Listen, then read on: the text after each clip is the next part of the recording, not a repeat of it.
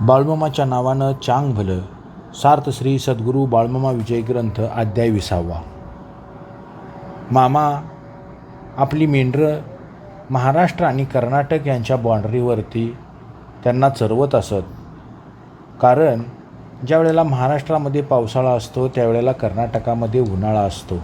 आपल्या मेंढरांना पावसाचा त्रास होऊ नये म्हणून मामा आपली मेंढरं कर्नाटक आणि महाराष्ट्राच्या मध्यभागी म्हणजे बॉर्डरवरती चरवत असत. असंच एकदा मामा आपली मेंढरं घेऊन घटप्रभा नदीच्या किनाऱ्यावरील तिगडी गावात नदी पलीकडं जाण्यासाठी प्रयत्न करत होते.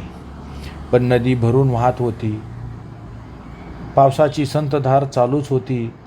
फरशीवर येथे नदीवर पूल बांधण्यात आला होता. या पुलावच्या वरून मांडी एवढं पाणी वाहत होतं. त्यामुळं पाण्यात कुणाला जाता येत नव्हतं आणि नदी पलीकडे जायचं कसं हा मोठा प्रश्न पडला होता.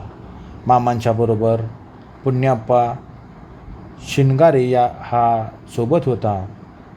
आपली बकरी पलीकडे कशी न्यायची ह्या विचाराने तो त्रस्त झाला होता व त्याने मामांना जाऊन विचारले की आपली बकरी आपण त्या नावेत घालून पलीकडे नेऊया का. त्यावेळेला मामाने त्यांना होकार दिला. प्रत्येक बकऱ्याला किती पैसे घेतोय नावाडी हे विचारून घे म्हणून सांगितल्यावर पुण्याप्पाने नावाड्याला जाऊन विचारलं. त्या सरशी नावाड्यानं प्रत्येक बकऱ्याच्या पाठीमागं 8 आणे घेईन असं सांगितलं. मामा बकऱ्यांच्या पुढं कसलाही विचार करत नव्हते. हा व्यवहार ठरल्यावरती ही सारी बकरी नावत घालून नदीच्या पलीकडं सोड बाबा, तुझा काय असेल तो हिशोब देतो असं मामांनी सांगितलं. त्या सरशी नावाड्यानं आपली नाव पाण्यामध्ये टाकली आणि बकरी भरला. बकरी घेऊन तो मध्य भागावरती गेल्यावरती नावाड्याच्या मनामध्ये कपट भावना आली. त्याला वाटलं यातलं एखादं बकरं पाण्यात टाकलं तर ते बकरं आपल्याला पुन्हा खायला होईल. त्यामुळं नावाड्यानं नावेमध्ये असणारं एका हातामध्ये वल्ला तर दुसऱ्या हातामध्ये बकऱ्याला धरलं आणि पाण्यात ढकलून दिलं. एक बकरं पाण्यात पडताच बकऱ्याची प्रवृत्ती दुसरी सगळी बकरी त्या बकऱ्याच्या पाठीमागं उड्या टाकून लागली. भर नदीमध्ये बकरी पडली. सगळीकडे हाहाकार झाला. मामाची बकरी पाण्यात पडल्यात, आता काय करायचं. मामांच्या बकऱ्यांच्या बरोबर बकरी चालवणारी बकरी फिरवणारी पोरं होती. ती पोरंही पटापटा पाण्यामध्ये त्यांनी उड्या टाकल्या. त्या मेंढक्यांनी उड्या टाकून भरल्या नदीत आपापल्या बकऱ्यांना धरून कष्ट घेऊन काबाड कष्ट करून त्यांना नदीच्या पलीकडं तीरावरती नेले. मामा हे सगळं अलीकडल्या काठावर उभा राहून बघतच होते. मामांना राग अनावर झाला.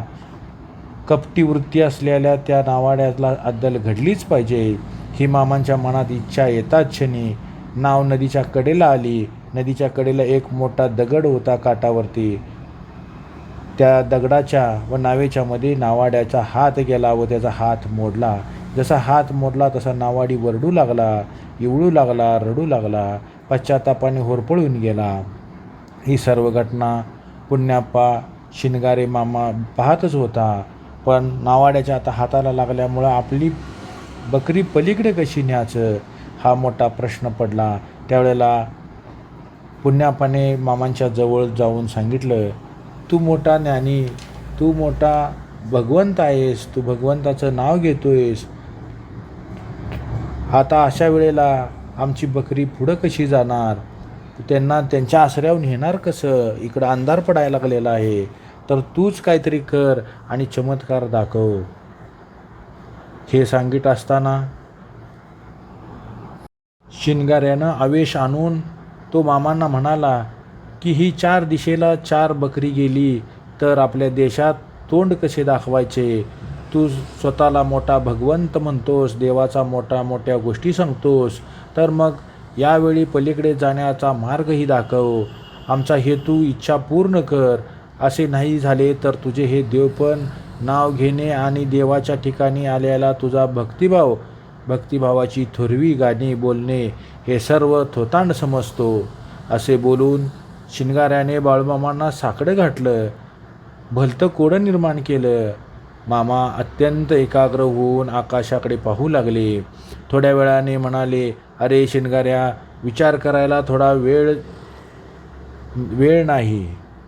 वेळसुद्धा नाही. सर्व बकरी गोळा कर आणि माझ्या मागे ये. मग मामांनी प्रणाम करून नदी पात्रात पाय घातलाच. नदी उतरायला लागली. फरशी दिसू लागली.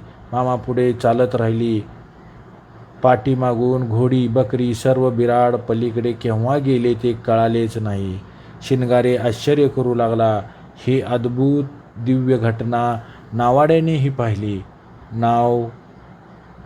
नाव सोडून मामाच्या समोर आला आणि मामांच्या चरणावरती पडून नावाडी म्हणाला, मी चुकीचे काम केले. तुम्ही तर देवासारखे आहात. निष्कारण छळले मी तुम्हाला. मला माफ करा. मामांनी त्याचा हिशोब चुकता केला. शिवाय त्याला बक्षीस देऊन म्हणाले, रडू नको. मोडलेला हात लवकर नीट करून घे. भूमी, पाणी, वारा, आकाश, अग्नी या पंचमहाभूतावर संतांची सत्ता असते हे सांगणारा 20वा अध्याय इथं संपूर्ण होतो. बाळूमामांच्या नावानं चांग भलं.